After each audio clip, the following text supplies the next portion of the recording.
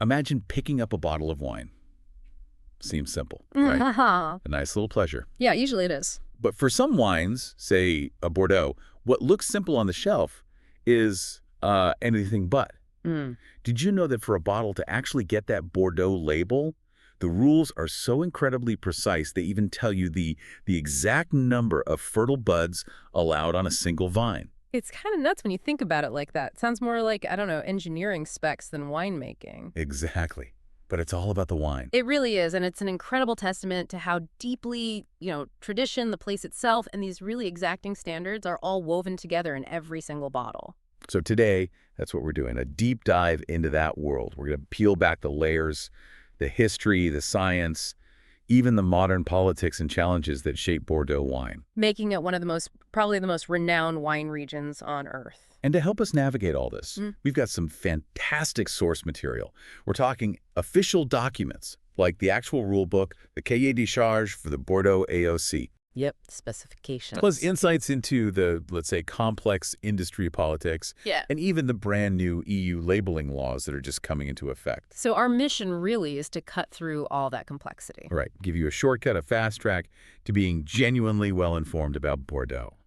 So let's get started. Let's unpack this fascinating world. Okay, so at its core, Bordeaux isn't just a city or a region on a map. It's a protected designation. An AOC. Exactly. Appellation d'origine contrôlée. It was formally recognized by a decree way back November 14th, 1936. Wow, 1936. That's some history right there. It is. And that rule, that decree, it basically sets the stage for everything else we're going to talk about. It ensures only wines meeting very specific criteria can actually use the name Bordeaux. And it doesn't stop there, does it? Mm-hmm. The rules get even more granular within that big Bordeaux umbrella. Oh, yeah. You might see a label like Bordeaux Haubenouche. Right, I've seen that. That's a specific geographical mention. It means the wine has to meet even stricter production conditions, usually hinting at, a particular quality level or a very specific terroir. And what about terms like claret or claret? They sound historical. They are. Especially claret. That's a direct link back to Bordeaux's really deep historical ties with England. Of the English market. Huge. It's a reminder of how trade shaped this region's identity centuries ago. It's amazing how these rules go right down to the grapes themselves. What's actually allowed in the bottle? Well, for white Bordeaux, you've got your main players, the principal cépage, think Semillon, Sauvignon Blanc, Sauvignon Gris, Muscadel. The classics. The classics. But then there's a supporting cast, accessory varieties, they call them. Things like Colombard, Merlot Blanc, Ugni Blanc. They can be in there, but in smaller amounts. And I saw it gets even more specific. Like for certain dry whites, they can use Alvarinho and Liliarilla. Those aren't names you hear every day in Bordeaux. Exactly. They're newer allowances and only under very strict conditions. You need agreement from the INAO. That's the national body, right? The Quality Institute. Institut National de l'Origine et de la Qualité, yeah. They oversee all the AOCs. So you need their okay, plus the okay from the ODG. The local guys. Organisation de Défense et de Gestion. Right, the local defense and management group for the appellation itself. Yeah. And, of course, the winemakers have to be on board. It's quite a process. Very collaborative, but super regulated. A regulated ecosystem, that's a good way to put it. And it's similar for rosés, except the claret style. They have their own specific grape list. Yeah. And the rules are really careful about proportions. How much of those accessory grapes can you actually use? Right, you can't just throw anything in. Definitely not. For whites, those accessories can't be more than 30% of the final blend. The main grapes have to define the wine's character. So with all these, really intricate rules on the blend percentages, what's the biggest challenge for a winemaker? Someone trying to make, say, a great Bordeaux red or rosé that really expresses something unique but still stays within those lines? That's a fantastic question. It forces this delicate balance, doesn't it, between innovation and tradition. Yeah. The challenge is making your mark within those constraints. For rosés, for example, the accessories are capped at 20%, and some grapes, like Sauvignon Blanc, have even tighter limits. And for reds, it's just as strict on those minor varieties. It's all about preserving that classic Bordeaux profile, that identity, while giving just enough, wiggle room for a winemaker to show their style. Okay, so the rules cover what's in the bottle, but they also dictate how it's grown. How does that play out in the vineyard? It sounds like it goes way beyond just picking the right grapes. Oh, absolutely. Think of it like designing the perfect environment for the vines. Okay. For any vineyard planted after August 1st, 2008, there's a minimum planting density. You need at least 4,000 vines per hectare. 4,000. That sounds like a lot packed in there. It is dense. The idea is it encourages competition between the vines, forces their roots to go deeper, searching for nutrients and water, and that usually leads to more concentrated, higher quality grapes. Oh, okay. Makes sense. Is there any flexibility there? A little bit. If you have wider rows, up to 3 meters apart, you can go down to 300 vines per hectare. But the goal is the same, quality over quantity. And the spacing you mentioned rows, but also between vines. Super precise. Max 2.5 meters between rows, or 3 meters in that lower density setup. And then between the vines in the same row, at least 0.85 meters. Why so specific? Does it really matter that much? It does, yeah. It's not just about looking neat. It dictates sunlight exposure for the leaves and grapes, air circulation to prevent disease, how the vines share or compete for water and soil nutrients. All of that directly impacts grape health, ripening, and ultimately the complexity and balance in the finished wine. Wow. Okay, so the vines are planted just right. Then comes shaping them. And you mentioned earlier regulating the buds. That still sounds like micromanagement to the extreme. What's the thinking there? It really is precise work. Pruning methods are strictly defined spur pruning, long cane pruning. And yes, the bud count, it's tightly controlled. You mean the numbers again? Okay, so for grapes like Merlot, Saint-Émilion, Muscadel, it's a maximum of 45,000 fertile buds per hectare. Or you can field it as 18 buds per vine. 18 buds, okay. But for others, like Cabernet Franc, Cabernet Sauvignon, Sauvignon Blanc, Sauvignon Gris, they allow a bit more, up to 50,000 buds per hectare, or 20 per vine. Why? Why limit the buds? It's not arbitrary. It's a direct way to control the potential crop load, the yield. By limiting the number of potential grape clusters, you're basically telling the vine, focus your energy, put it all into fewer but better grapes. Concentration. Intense flavor over just sheer volume. Exactly, that's the philosophy, leading to more intense flavors, better structure. And the timing for all this vineyard work, does that matter too? Timing is critical. Pruning has to be finished by a very specific leaf development stage, using the Lorenz scale, stage 9 actually, and disbudding, taking off unwanted sheets, that has to happen before the flowers set fruit. So you're directing the vine's energy really early on. Precisely. And there are rules for trellising, how you support the vines, minimum foliage height, especially for those newer vineyards planted after 2008. Again, it's all about optimizing that sun exposure, the airflow, crucial for ripening and keeping things healthy. It really does sound like a health code for the vines. And this focus on quality, not just quantity, must carry through to the yields, right? What are the limits there? Yeah, it definitely extends to yields, clear boundaries on production. There's a maximum average yield per parcel, measured in weight, 10,000 kilograms of grapes per hectare for the higher density plantings, Okay. and 9,500 kilos per hectare for the slightly lower density ones. But weight isn't wine yet. What about actual liquid? Right, and maybe more telling are the butt yield limits. That's the maximum volume of wine in hectoliters you can make per hectare, and it varies by wine type. Yeah. Whites are capped at 77 hectoliters per hectare, rosés 72, reds it's either 68 or 64 depending on density, and for that special Haute Benauge designation, it drops way down to 60 hectoliters per hectare. 60. That's low. Very low. And those low yields are really seen as a hallmark of quality winemaking. Usually means more concentrated, expressive wines. And they're strict about vineyard upkeep too, right? Dead vines, weeding. Oh yeah, they don't mess around. If you have more than 20% dead or missing vines in a parcel, you've got to replace them. And there's a strong push away from chemicals. Total chemical weeding is prohibited. And you can't use herbicides right on the edges of the parcels. And they track chemical use. They do. Winemakers have to calculate and record something called their treatment frequency index, the IFT. It's basically a measure of how often they're spraying.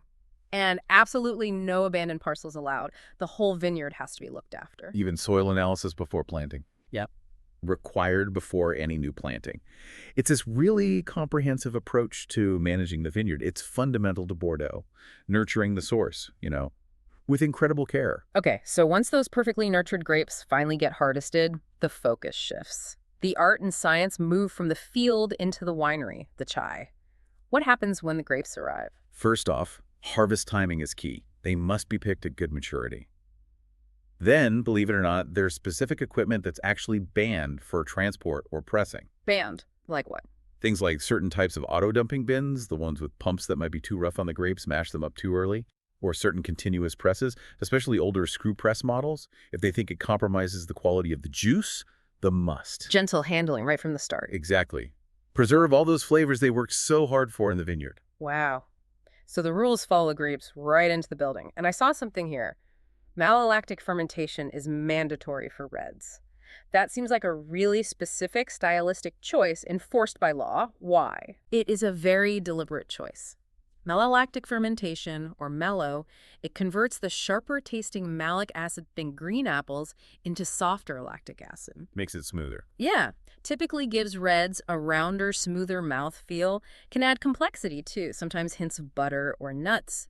For red Bordeaux, this is considered absolutely essential. It gives them that characteristic balance and approachability, helps them age gracefully. Okay, that makes sense. And what about other techniques, like using charcoal for rosés? That's allowed, yes. Analogical charcoal can help clarify the must or lighten the color of a rosé if needed.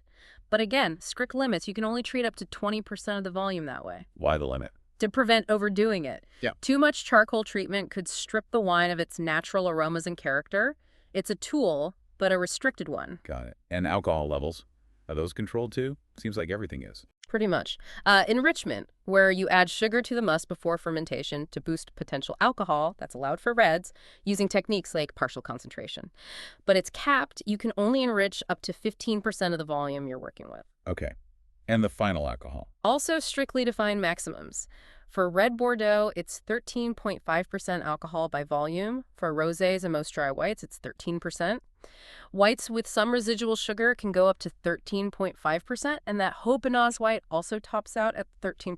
And final checks before bottling? Absolutely. Wines have to meet specific analytical standards, things like limits on sulfur dioxide, SO2, volatile acidity before they can even be packaged. It's all about ensuring stability, quality, and consistency within that Bordeaux style. Even the tanks are regulated. Capacity requirements. Yep. Your storage and vinification facilities come under scrutiny too.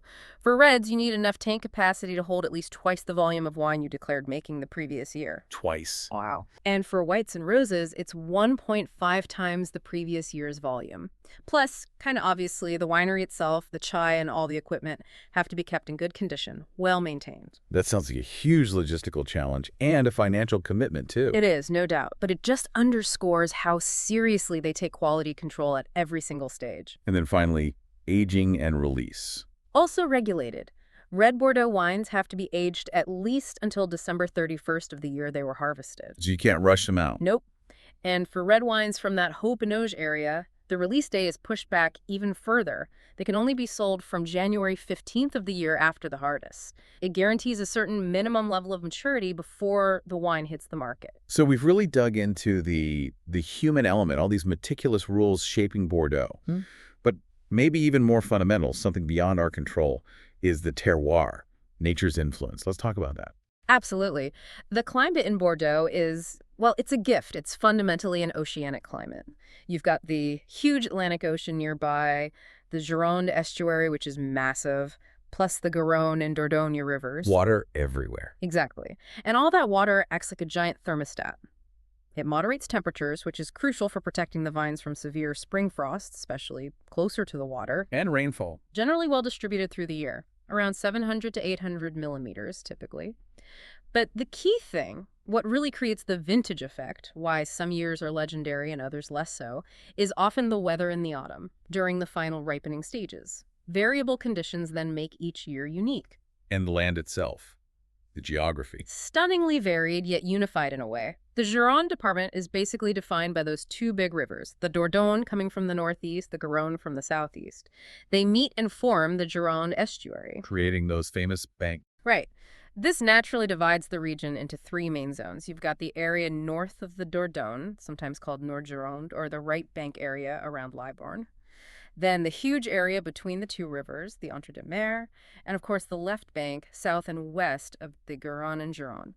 Each has its own subtle climate variations and, crucially, different soils. Soils. Let's talk dirt. What's underfoot? Geologically, it's mostly tertiary and quaternary deposits. We're Right. talking layers of marls, which are clay limestone mixes, molasses, which are sandy clays, actual limestone outcrops, and then those really important alluvial deposits near the rivers, gravel, and sand terraces. Often these are topped with the type of loam soil they call buben. And different grapes like different soils. Very much so. It's almost textbook. Those clay limestone soils, particularly on the right bank, are just perfect for Merlot. Gives it richness, power, texture.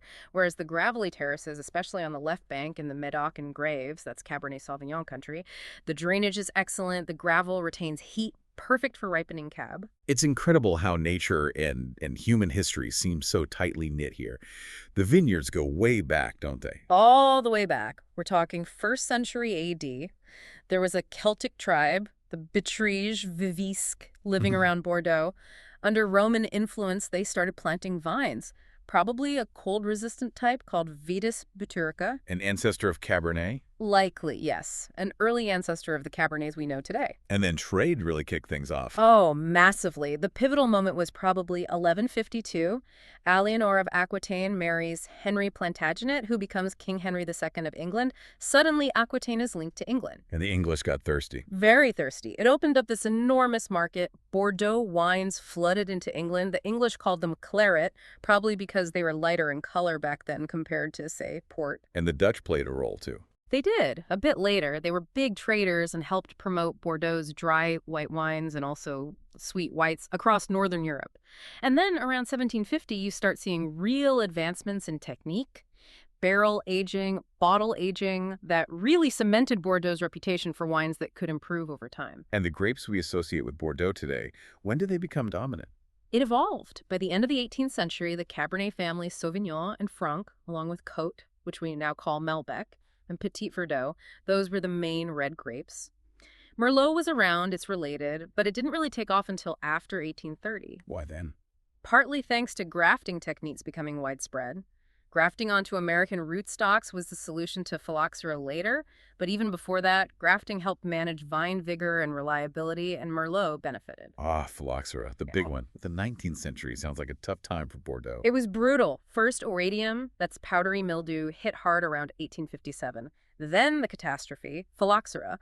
This tiny aphid that eats vine roots arrived around 1875 and basically wiped out vineyards across Europe by 1892. How did Bordeaux survive? Grafting onto resistant American rootstock was the long-term fix. But interestingly, in some low-lying areas near the river, they found a temporary solution, flooding the vineyards in autumn. The water would drown the phylloxera larvae in the soil? Ingenious, really. Wow. And then another disease. Yep, downy mildew came along. But that led to another key Bordeaux invention, the Bordeaux mixture. Still used today, right? Copper sulfate and lime. Exactly. Developed by a scientist named Ulysses Guéon, a true pioneer in fighting vine diseases. And this is also when the famous 1855 classification happened. Right in the middle of all this, yes. Commissioned by Napoleon III for the Universal Exhibition in Paris. It wasn't based on terroir initially, but on market price and reputation at the time. But it had a huge impact, solidifying the importance of the individual chateau, the estate itself, as the mark of quality. But with success came problems. Fraud. Always. As Bordeaux's fame grew, so did counterfeit wines. This eventually led to national laws to protect wine origins, culminating in that 1911 delimitation of the Bordeaux region, which was then formally enshrined in the AOC in 1936. And even in the 20th century, more challenges. Yeah. The 1956 freeze. A major event, an incredibly severe winter, deep freezes that killed off huge numbers of vines, particularly some of the traditional white varieties used for sweet wines. So that forced a change. It prompted a massive restructuring of the vineyards. Combined with changing tastes, people were drinking fewer sweet wines. It really spurred the shift towards planting more red grapes and focusing on Sauvignon Blanc for the dry white wines. It shows how Bordeaux has constantly had to adapt. So after all that history, the rules, the unique terroir, what are the actual wines like today? Can you give us a quick sketch? Sure, the diversity is key. Let's start with whites. Dry white Bordeaux, often driven by Sauvignon Blanc, tend to be really aromatic, fresh, zesty, citrusy. Semillon adds body, richness, maybe a waxy note. Muscadel brings floral touches. Generally, these are best young and vibrant. And the sweet whites, sauternes and the like. Those are usually dominated by Semillon. often affected by noble rot. They're typically rounder, richer, more full-bodied, golden in color, with intense aromas of honey, apricot, candied fruits. Some Sauvignon Blanc might be blended in for freshness. These can age for decades, but are often delicious young, too. Okay, what about the pinks and reds? Bordeaux rosés, the paler style, not claret, range from light salmon to deeper pink. They're usually fruity, maybe floral, crisp and balanced, definitely best enjoyed young. And claret. Claret is different. It's got a much more intense, almost light red raspberry color. The aromas are more like ripe, fleshy red fruits. It feels more vinous, more substantial than a typical rosé. Still great young, maybe up to 3 years old. And the main event, the reds. The famous reds. Merlot is often the dominant grape, especially on the right bank. It brings suppleness, plummy fruit, softer acidity, making the wines approachable relatively young. They're usually blended. Almost always blended, typically with Cabernet Sauvignon and Cabernet Franc. The Cabernets add aromatic complexity, think blackcurrant, cedar, tobacco, and crucially, tannin structure. That tannic backbone is what gives Red Bordeaux its power and its incredible ability to age and evolve for decades, sometimes centuries. This whole complex system, it obviously needs some serious management, some oversight. Which brings us to the modern era and this ongoing push and pull between tradition and change. Yeah.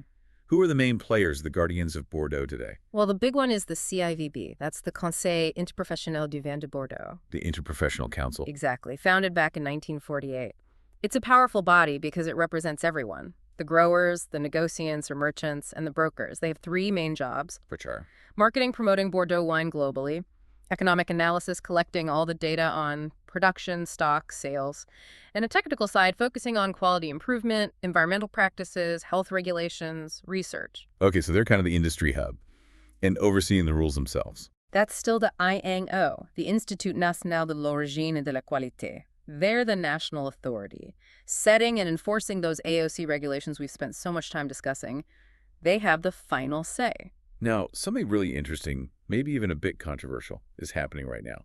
A proposal from the ODG, that local group, the Organisation de Défense et de Gestion. What are they pushing for? Yeah, this is fascinating. Back in 2016, the ODG for Bordeaux and Bordeaux Superior made a pretty bold move. They proposed integrating specific agro-environmental measures directly into the AOC rules. Why? What was the motivation? Their main goal was, and is, to show that you can have environmental responsibility and economic success working together.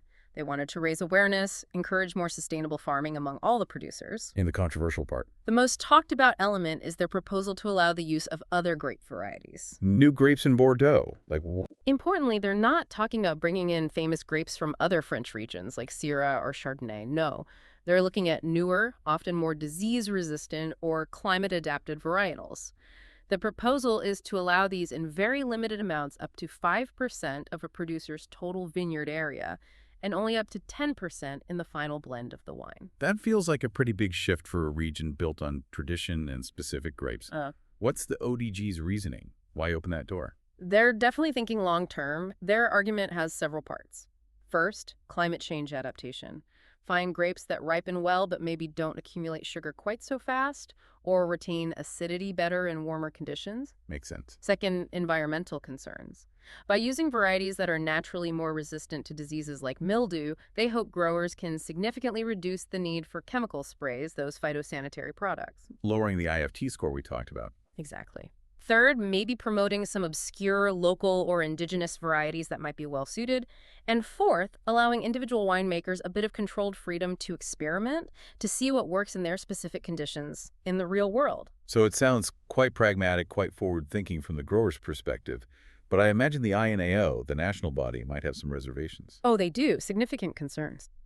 From the INAO's perspective, this proposal kind of challenges the fundamental principles of the AOC system itself. How so? AOCs are built on a collective definition of typicity, what makes a Bordeaux a Bordeaux. They worry that allowing individual producers to experiment with new, unproven grapes, even in small amounts, could start to denature that typicity, blur the image of the AOC. Risking the brand. Potentially. They fear it could lead to an uncontrolled evolution, moving away from the established, historically defined character of the wines. And it challenges that core idea that an AOC is a collective endeavor, not just a platform for individual trials. It's a real tension, heritage versus adaptation. A classic dilemma. So while that debate unfolds, who's actually checking if producers are following all the current rules? You mentioned Quality Bordeaux. Right. They are the accredited inspection body for Bordeaux wines. They operate under the authority of the INAO, but they're the boots on the ground doing the checks. And they use this ABC grading system for all the operators, the producers. How does that grading work? Is it pass-fail? It's more nuanced. Everyone starts with 12 points. Then, Quality Bordeaux conducts controls. They taste the wines, that's the organoleptic part, and they do lab analysis. Based on the results, you gain or lose points. Okay. If your wine is judged acceptable without reservation, perfect, you get +1 point. If the tasters note a sensitive point, maybe something slightly atypical but not faulty, you get 0 points. But if they find a minor infraction, that's Megan 1 point. A major infraction costs you 3 points. And a critical fault, that's a big hit, mega 6 points. Ouch. So your grade depends on consistently hitting the quality marks. What happens if you're A, B, or C? If you keep your score between 9 and 12 points, you're grade A. That's good. It means you face lighter, less frequent controls, and you have more flexibility in how you declare your wines for certification. And grade B? That's between 6 and 8 points. If you're grade B, you'll face supplementary controls. They'll be watching you a bit more closely. And grade C? Sounds bad. It is. That's 0 to 5 points. If you fall into grade C, things get serious. All of your wines, every batch, will be subjected to a reinforced procedure, basically, intense scrutiny, and you lose pretty much all your flexibility in declaring wines. It's a very strong incentive to stay out of C grade. Who's doing the tasting? Is it just technicians? No, the tasting juries are deliberately diverse. Each panel has at least 5 tasters, and they have to come from 3 different backgrounds, or colleges as they call them. You'll have technical experts, yes, but also product memory bearers. These are often older, experienced people, maybe retired winemakers or merchants who really know the traditional taste profile. And then product users, people like sommelier, restaurateurs, maybe even highly knowledgeable consumers. The idea is to get a well-rounded assessment. And producers have to keep reporting things Well, constantly. yeah. There's a whole raft of declarations they need to submit throughout the year.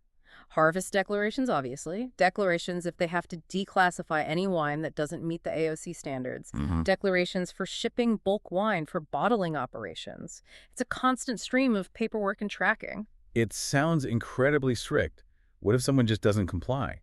Or keeps failing the tests? This system has teeth. Sanctions can range from official warnings to, in serious or repeated cases, suspension of the right to use the AOC for certain wines, or even complete withdrawal of AOC benefits from the producer. They are very serious about protecting the integrity and reputation of Bordeaux wine. Okay, so Bordeaux is navigating this balance between its deep traditions and the pressures for innovation and sustainability. And alongside that, the way wine is presented and sold is also changing fast. Yeah. Let's shift to labeling in commerce. What's currently required on a Bordeaux label? The basics are pretty standard across the EU now. You absolutely have to state the acquired alcoholic strength by volume, the percent, volume number, Right. and allergen declarations. Primarily sulfites, if the total level is over 10 milligrams per liter, which it almost always is. And also if any egg or milk products were used in fining, even if trace amounts remain. Anything else mandatory? Not in terms of the wine itself, usually. But you might see optional but still regulated mentions like Vin de Bordeaux or Grand Vin de Bordeaux. These just indicate that it falls under a larger geographical unit, sometimes used for branding. And packaging info, like recycling. Yes, in France, you'll often see the Treman logo and the info tray instructions telling consumers how to sort the packaging components, the bottle, capsule, cork, box.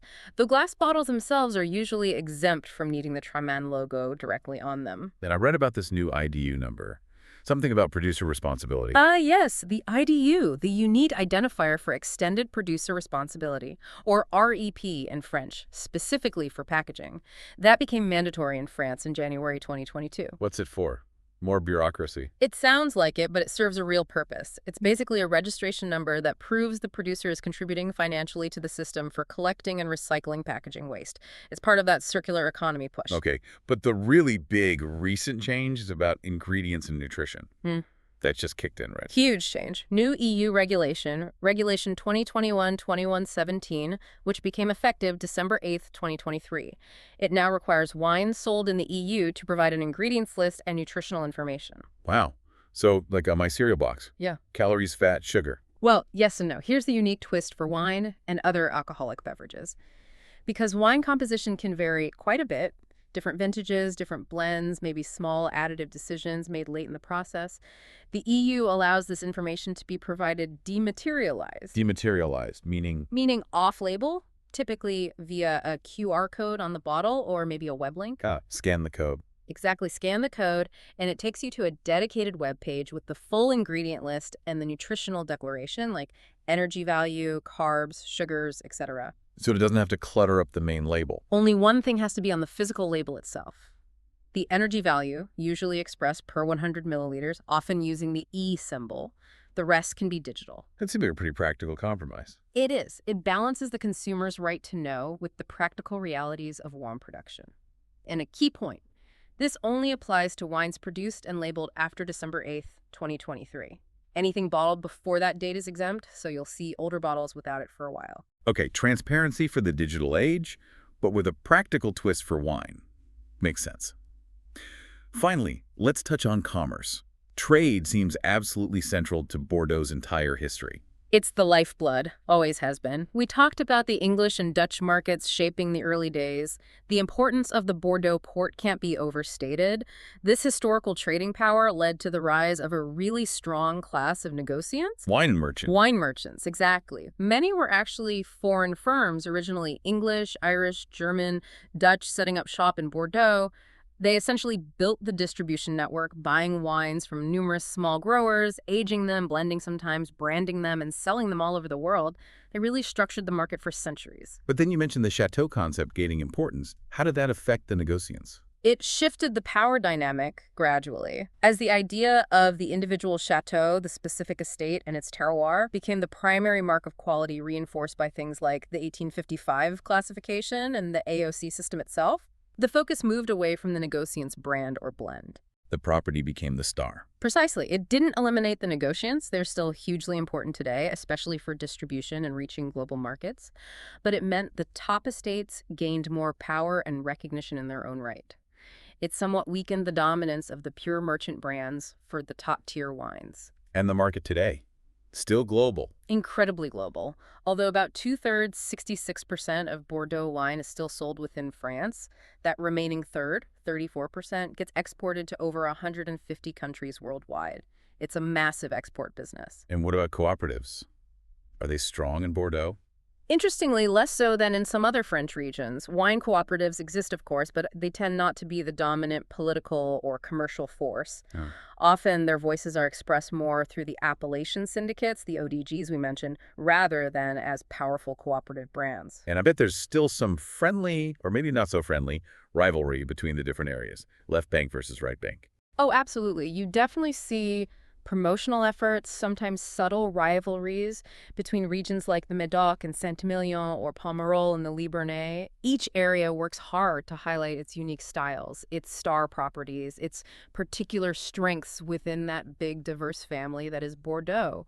It keeps things dynamic. What an incredible journey. Seriously. From ancient Celtic tribes planting vines through centuries of trade, disease, innovation, to these incredibly detailed modern rules and now QR codes on labels. It really covers a lot of ground. It's so clear that Bordeaux isn't just a place or just a type of wine. It's this complex, almost living ecosystem. You've got the natural factors, the deep human history, those super stringent regulations, and all these industry players constantly juggling tradition and the need to adapt. It really is a testament to resilience, I think. Resilience and adaptation, constantly trying to find that balance between its deep, deep roots and the undeniable pressures of the modern world, whether it's climate change or market demands or new technology. So thinking about everything we've unpacked today, what's the one thing that really stands out to you, and maybe for our listeners too? How do you think this push for agroecology, these new grapes maybe, and this digital shift in labeling, how will that continue to reshape what Bordeaux actually means? And amidst all that change, what parts of its identity do you think will remain absolutely timeless?